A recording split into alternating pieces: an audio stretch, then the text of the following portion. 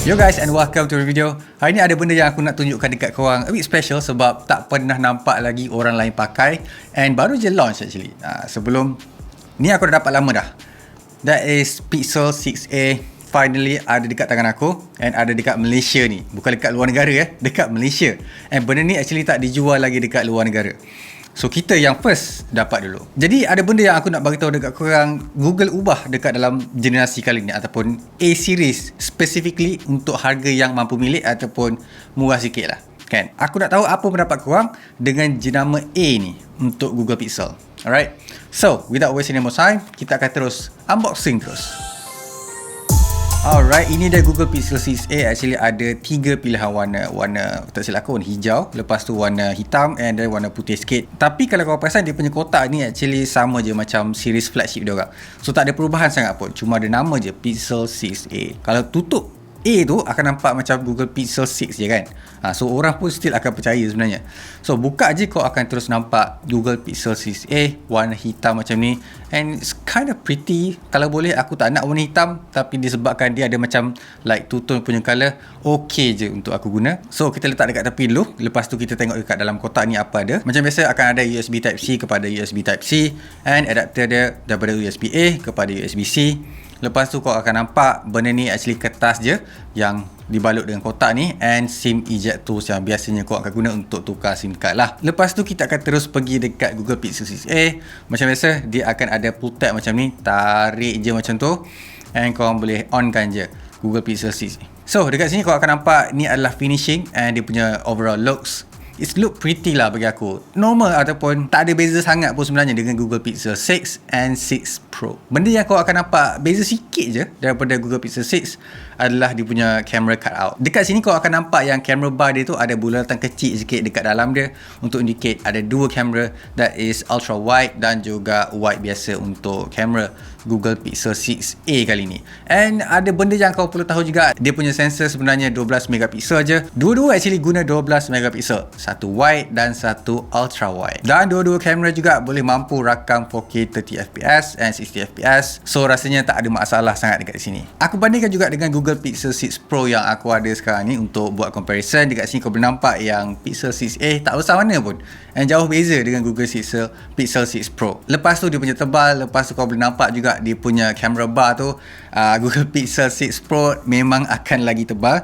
Yang 6a ni actually sangat-sangat nipis. Basically aku rasa macam tak perlu ada pun sebenarnya. Aku sukalah sebab dia macam tak obvious sangat, tapi disebabkan design camera bar ni buatkan orang nampak macam wow, besar gila dia punya camera bar. Kalau kau nak tahu juga dia punya material kat sini, still pakai Corning Gorilla Glass dekat depan. Lepas tu dekat dia punya body ataupun dia punya kerangka ni, dia pakai aluminium, tapi dekat belakang dia still pakai plastik tau. So dekat sini kau boleh nampak dia akan flex bila tekan. So tak rasa premium sangat kalau aku bandingkan dengan Google Pixel 6 Pro yang aku ada dekat tangan ni. Nampak lawa kan, nampak elegan kan, nampak minimalis kan. So dekat sini ada juga aku nak complain lah, kenapa dia punya USB-C dekat bawah and dia punya mikrofon, dia punya speaker tu tak align ataupun tak center. Sakit mata sih aku tengok dia punya port ni. Buatkan telefon ni macam tak siap tau.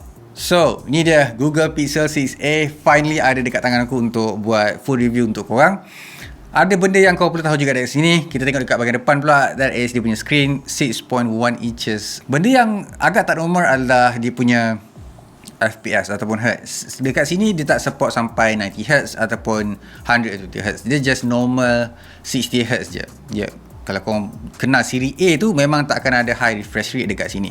Lepas tu dia punya Full HD, dia tak ada flat screen display. Aku rasa macam normal lah. Tapi untuk viewer aku sendiri still rasa macam screen tu lawa je.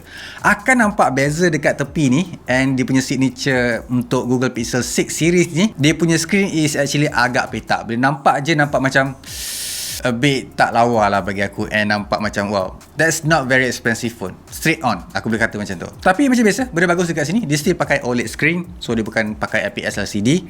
A good news untuk orang yang suka tengok, contohnya macam YouTube, nak edit gambar ke. Bagi aku macam okay lah sebab dia dah ada OLED screen, Full HD, sharp pun sharp, color pun nice je. So tak ada complain sangat kalau kau nak layan Netflix ataupun in case nak guna untuk daily driver ke, benda ni tak ada isu pun sebenarnya. Tapi ada benda yang kau perlu tahu juga, dia punya kamera depan ni actually 8 megapixel je tau. Dia bukan 12, dia bukan atas daripada tu. So untuk orang yang pentingkan high megapixel untuk kamera depan, this one is not good for you untuk tangkap gambar. Tapi untuk dia punya Google punya algorithm and AI tu untuk buatkan gambar lagi sharp, should be dependable lah. Aku akan try test tengok macam mana 8 megapixel, sebab kalau tengok Sony pun daripada pakai 8 megapixel dia naikkan megapixel untuk puaskan hati orang. Kali ni ni yang buat hal pula kali ni kan. Tapi dekat bahagian belakang still dia pakai 12 megapixel dua-dua, ultra wide and wide, boleh rakam 4K and 30fps and 60fps, tak ada masalah, and support je HDR untuk record video. Ada a few features yang di-introduce alongside dengan Google Pixel 6 dulu. So diperkenalkan juga dekat Google Pixel 6a yang dia akan dapat. So features yang ada dekat premium tu actually ada dekat sini finally, ataupun tak eksklusif sangat dekat flagship je. That is night sight, untuk orang yang nak tangkap gambar malam, akan buatkan kamera ni lagi desirable. And then real tone untuk orang yang kulit gelap macam aku ni, bila tangkap tak ada nampak macam HDR, putihkan semua benda. Untuk kulit yang warna hitam akan nampak lagi detail and tak macam pelik ataupun cloudy ataupun grainy macam tu kan. And untuk orang yang suka buat magic eraser tu, kali ni dia dah ada enhanced magic eraser. So sebelum ni kita tahu magic eraser just boleh padamkan dekat subjek belakang kan, ataupun mana-mana objek yang mengganggu dalam gambar korang tu lah. Tapi kali ni kalau contohnya ada barang tu yang tak boleh ataupun tak nak dipadamkan, tapi warna dia agak menyelah yang mengganggu pandangan, akan boleh tukar warna subjek tu warna lain, so that dia boleh fokuskan dekat orang tu. Dekat sini agak function lah, sebab aku nampak features ni ada dekat Photoshop je orang buat, termasuk aku sekali, ada dekat basic software dekat dalam smartphone ataupun apps dalam Photos ni. And then macam biasa dia pakai Android 12 untuk dia punya operating system. So sama je macam yang ada dekat Google Pixel 6 and 6 Pro. Benda yang tak sama adalah kalau kau guna yang previously. Yang tu lain sikit, sebab kali ni dia pakai Pixel UI yang a bit different. Contohnya macam notification, lepas tu navigation akan nampak lain sikit lah. Walaupun orang kata macam sama je, tapi untuk mata aku sendiri akan kata this is a big differences, sebab semua butang besar kan. Tu yang unik yang ada dekat Google Pixel UI kali ni, ataupun latest one kalau kau nak tahu. So sepanjang aku kenal lah Google Pixel A series kan, ataupun aku pakai sendiri, biasanya this is a mid-range phone kan, sebab dia takkan pakai yang orang kata entry level punya processor.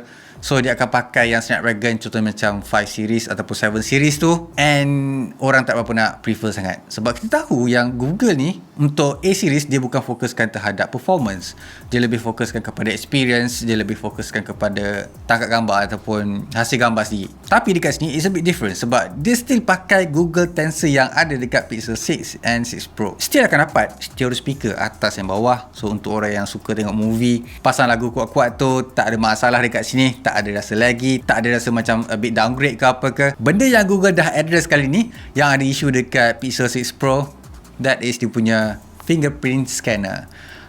Ingat tak Google kata tu sebenarnya untuk enhance dia punya security kan, so that's why dia lambat sikit bila unlock screen. Turns out dia punya hardware tak apa nak bagus. Okay, so kali ni Google cakap it supposedly fix that, sebab dia pakai sensor yang lain sikit daripada yang ada dekat versi Pro and versi biasa tu. 6A dapat the first one update untuk fix that issue. Bateri dekat sini actually tak kecil pun sebenarnya, sebab dia pakai 4410 mAh kan.